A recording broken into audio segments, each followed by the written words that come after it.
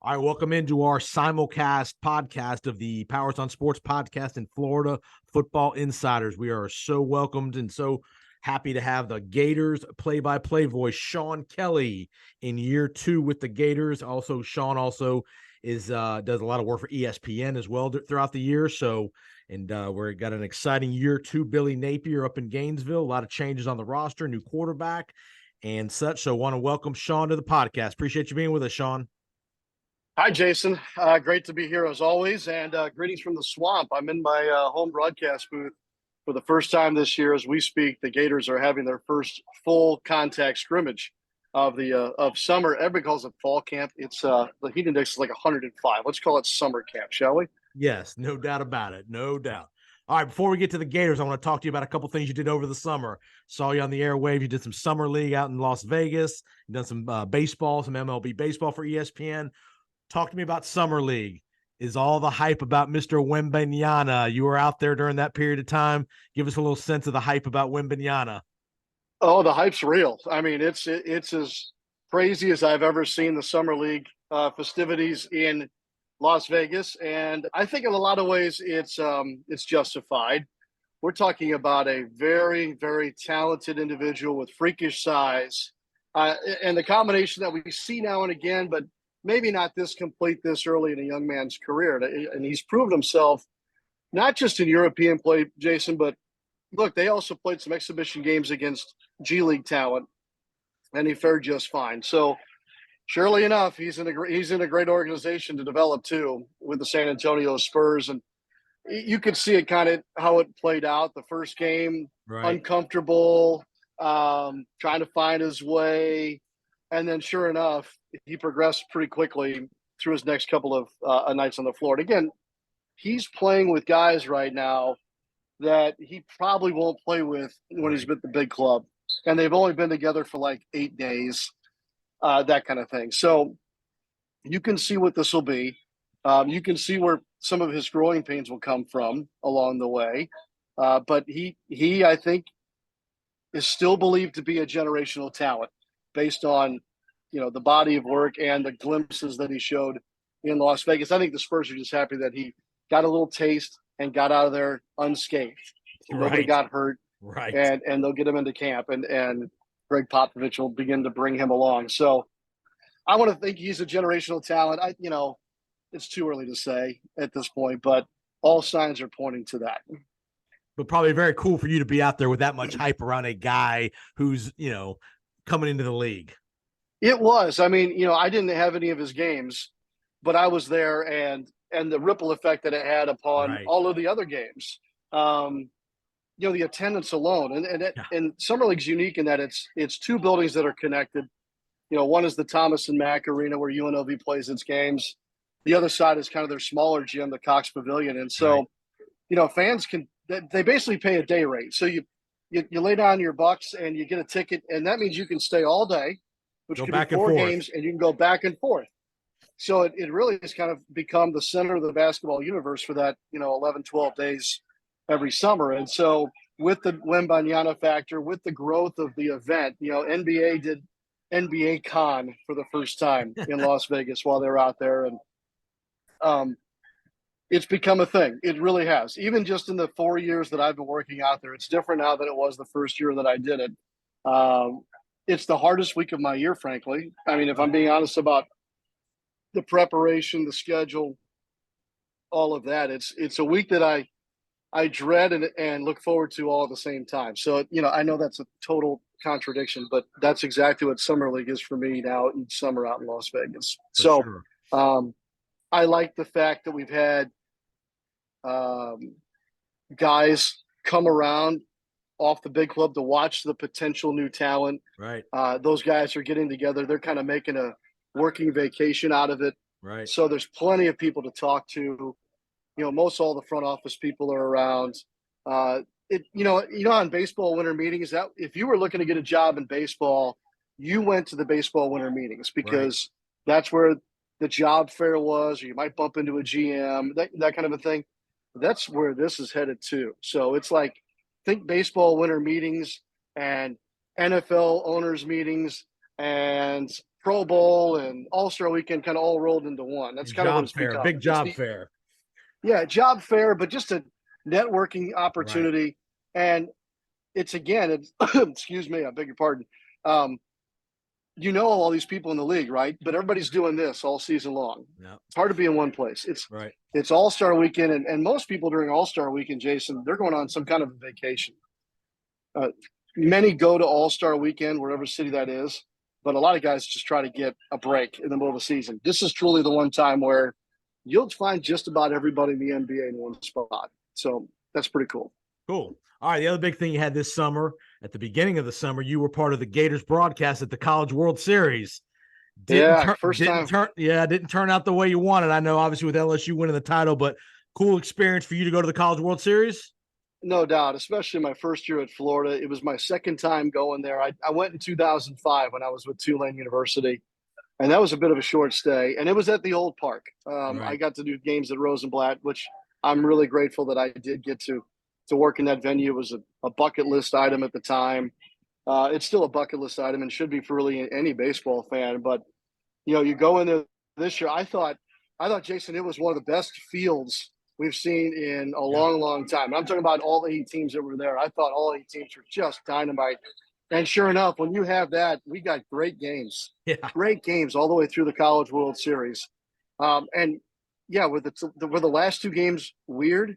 Yes. Should Florida have won by 20 in game 2 and then lose by whatever it was, 11 or 12 or in the finale? No, right. I mean that's what was so weird about how it finished. But I think the 2 best teams played for it in the end, and that's what you want. And 13 days anywhere is a long time, but if it's got to be anywhere, why not Omaha, Nebraska in June? So that was a great way to kick it off. Did you contribute to the shot count at the restaurant, or is that all LSU people? No, it was a lot of LSU people. And look, Florida fans that were there, they had a little taste and all that. I just kind of got into this mode. If they want the Jello trophy, knock yourself out. I was pulling for the big trophy. Unfortunately for us, LSU took the Jello trophy and the big trophy and got out of town. So, it's just the way it happened. They're not going to lose many drinking contests around the country to LSU. LSU is going to win them all most of the time. Yeah, and then especially when they're big boy money guys throw the money at it, like that's right. The guy that owns Raising Cane's and all that stuff. Yeah, Todd Graves. All right. Let's get to the Gators. 6-7 in Billy Napier's year 1. We're coming into year 2. The Gators have not had 3 straight losing seasons since back in the 1950s, so we're trying to avoid that. In year 2, Coach Napier. Obviously, the first question everybody wants to kind of get a feel of is the quarterback situation.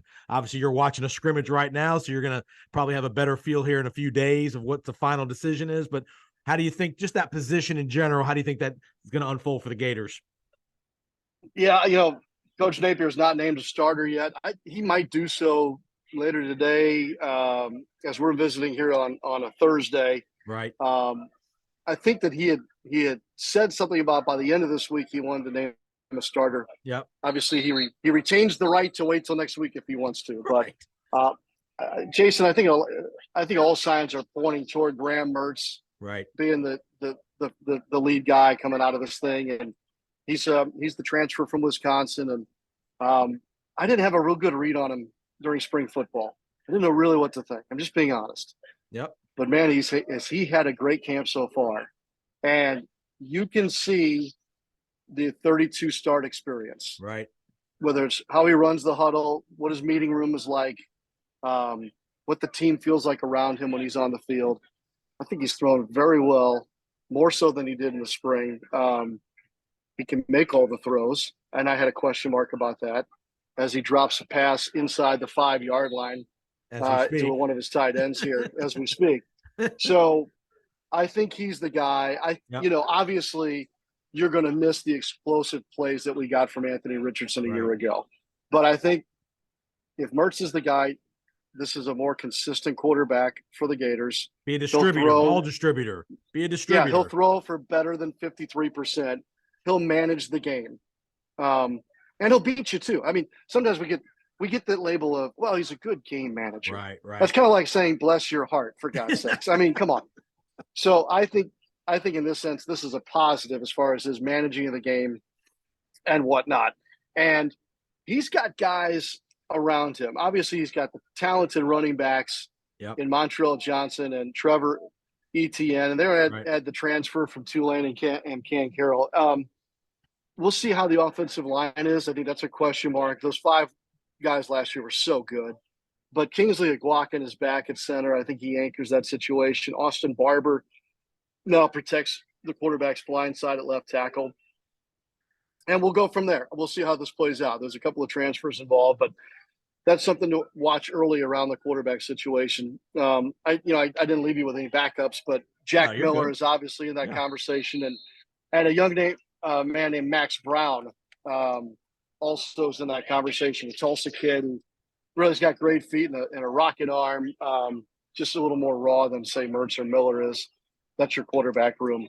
And then Ricky Pearsall, Jason, at wide receiver, has been unguardable during camp. I mean, obviously we knew how good he was last year, and you hoped, oh boy, I hope we get the same Ricky. Well, I think you're going to get a better Ricky even now this year. He's just been unbelievable. And then Caleb Douglas is going to factor in, Marcus Burke, and then you're real young at the rest of the wide receiver position, but really fast. Andy Jean, Aiden Mizell, Eugene Wilson. Those are names that Gators fans, college football fans will probably pick up pretty quick when it comes to the Gators.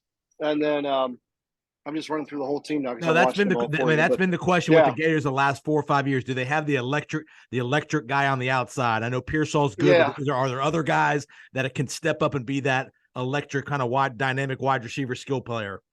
Yeah, those are the names I just gave you. Those are the guys that are going to either be or will be down the road, as they learn the right route running and all that. I'll tell you, here's another guy that has really caught my eye during camp, and he's not a jet like Ricky is or Mizell or Andy Jean, but Willie Jackson's kid, Khalil. Yeah.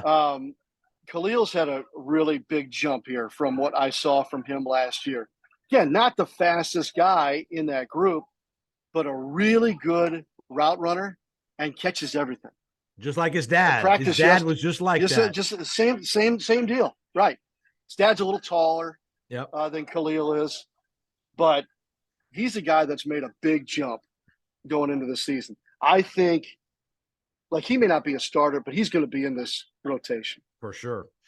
He's made that kind of an impact. Nice. I think in a lot of ways, coming into last year, me getting to learn the landscape and everything else, as it turns out, for whatever reason, Khalil was in some kind of a hole and had to work all the way out of the hole, then kind of get stabilized. And now he's had this offseason to kind of set himself up to make this jump. And and with that comes a scholarship. He's put on full scholarship. And he's made them look good doing so by what he's done here in camp. So, yeah, I think he factors in as well.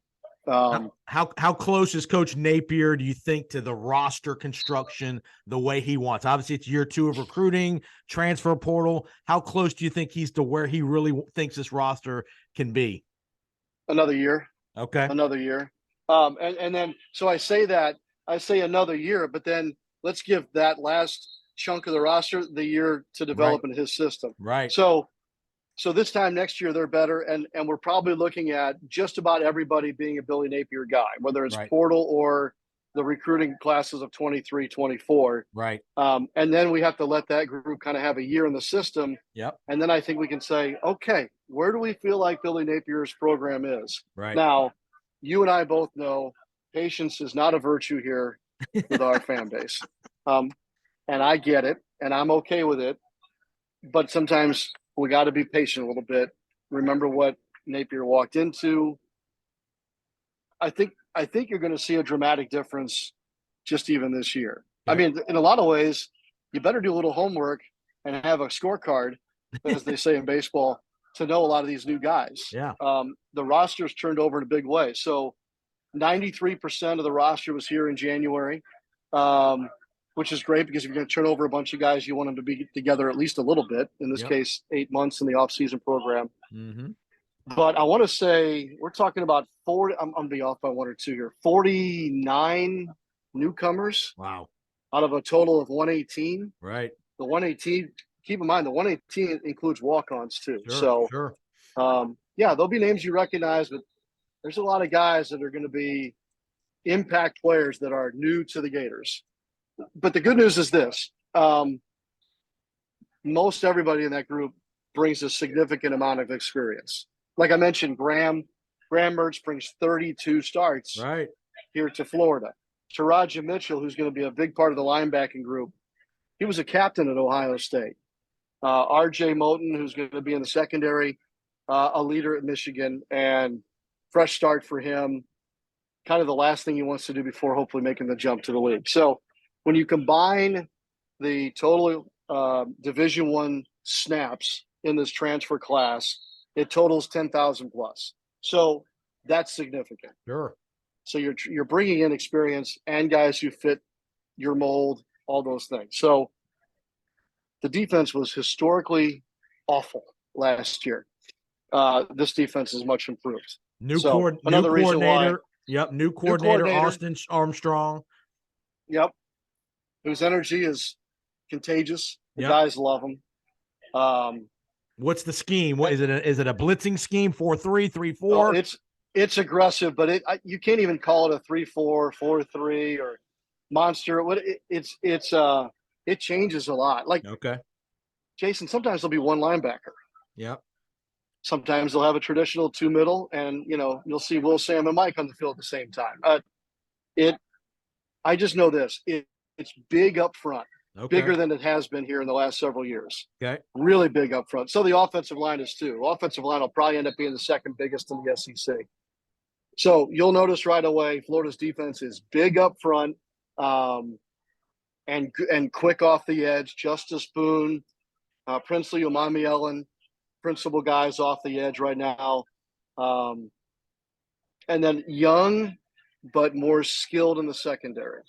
Okay. And that's going to, safety's a position where I'm like, let's see how this goes. Corner, I think you're probably okay. They've always been good at corner. Florida's always been good at corner. Right. But collectively, though, I would say, the secondary the last 2 years, if you look at them as a unit, has been shaky sometimes. Okay. And the defensive numbers bear that out. The last 2 years, Florida fans would tell you, we can't have this. Right. And I get it, especially last year. So they're going to have to be better on third down. There was a pretty ball-hawking defense last year, but, Coach said, not but a week or two ago, sometimes numbers are deceiving. And I'm talking about Coach Armstrong, the new defensive coordinator. Right. Yeah, so we won takeaways. We're a plus in taking the football away, but if you can't get off the field on third down and sometimes third and long, doesn't matter. It negates it. It neutralizes that. Right. So we'll see. I think the bottom line is this, Jason. I get why folks are predicting where the Gators are going to finish, whether it be win-loss record or standings, SEC-wise, division-wise. I get it. But I think this is going to turn out to be a situation where the Gators are better than people think they are. Are they contending for something this year? No. I'm just being realistic. No. Yeah. But they're better than people think they are. And you hope that this takes the step toward that, like I said, that big 24 class, which according to those who rank those things is going to end up being top 3 probably in the country. Two more questions. I'll get you out of here. Looking at the schedule, you got obviously the first game, the rematch with Utah, this time in Salt Lake City. Then you have Tennessee in week 3. How important is it for Florida to figure out a way to get one of those 2 wins out of the gate? I mean, or at least play well. I mean, that's the thing. If you lose and play good, you can live with that, but don't go out and get blown out twice in your first 3 weeks. Yeah, now speaking of playing out of a hole, then you're really playing out of a hole. You're probably 1-2 at that point, and the hard part of your schedule, or the harder part of your schedule, still to come. Sure. We'll know a lot, obviously. I mean, a road game at a very good Utah team against a very good head coach who would really like to get back at you for what happened last year in Gainesville. Right. The Gators are going on the road with a team learning about each other and play at altitude. All challenges, right? Yeah. But if you win that game, you got a chance to be 2-0 when Tennessee comes to the Swamp in week 3. And I think that to avoid the hole, but you better take advantage of what you have in front of you at home this year, based on how this schedule is going to lay out. Right. And look, Tennessee is predicted to be good, just good fine again. Yeah, that's right. right. So, and nothing's going to come easy for this football team. But if they can look, my partner Shane Matthews, he's really optimistic. Shane's saying Gators win a minimum of 8. I heard that before. Okay, we had Shane on. Yep. I'm not so sure I'm ready to go all in on that. Yep. Again, like I said, I'm holding with I think they're better than people think they are. But look, he nailed it last year. He said this team would be lucky to win 6, and that's exactly what happened. So, and by the way, he's pretty smart at football. He sits right there. So I hope he's right. But if he's right, that means though, Jason, you beat Tennessee at home in week 3. Right? Otherwise you're up against it. Because as you've seen on that Florida schedule, there's some swings there. At LSU, at South Carolina, Georgia. Right. At Missouri is going to be no picnic. I can tell you that right now. Right. Florida State at the end. So, Florida State at the end. Florida State at the end. And if they are what people say they are, they could be playing for an ACC championship. They could be playing for a lot of things if Seminole fans hope it goes the way they say it's going to go. Right.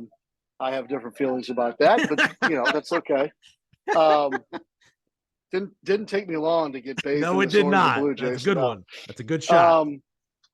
So look, it's daunting, and then the 24 schedules. I mean, brutal as well. I mean, you're entering 2 of arguably the toughest schedules Florida has ever played. Again, you want to argue with me about eras and all that kind of stuff, go right ahead. But if we're just talking about strength of schedule based on either what those teams did year prior or what they're projected to have rosterized, I think you'd have a hard time saying that there's been a more difficult 2-season stretch than what they're about to begin here this year. All right, last thing, tell Gator fans where they can find the Gator broadcast. If they don't have a Gator radio affiliate in their town, where can they find Gator broadcasts? There's a couple of ways, and that's the fun thing about where radio's going and podcasting and everything else is that we still have that terrestrial network as you described. It's a very great and strong radio network with affiliates all over Florida and beyond.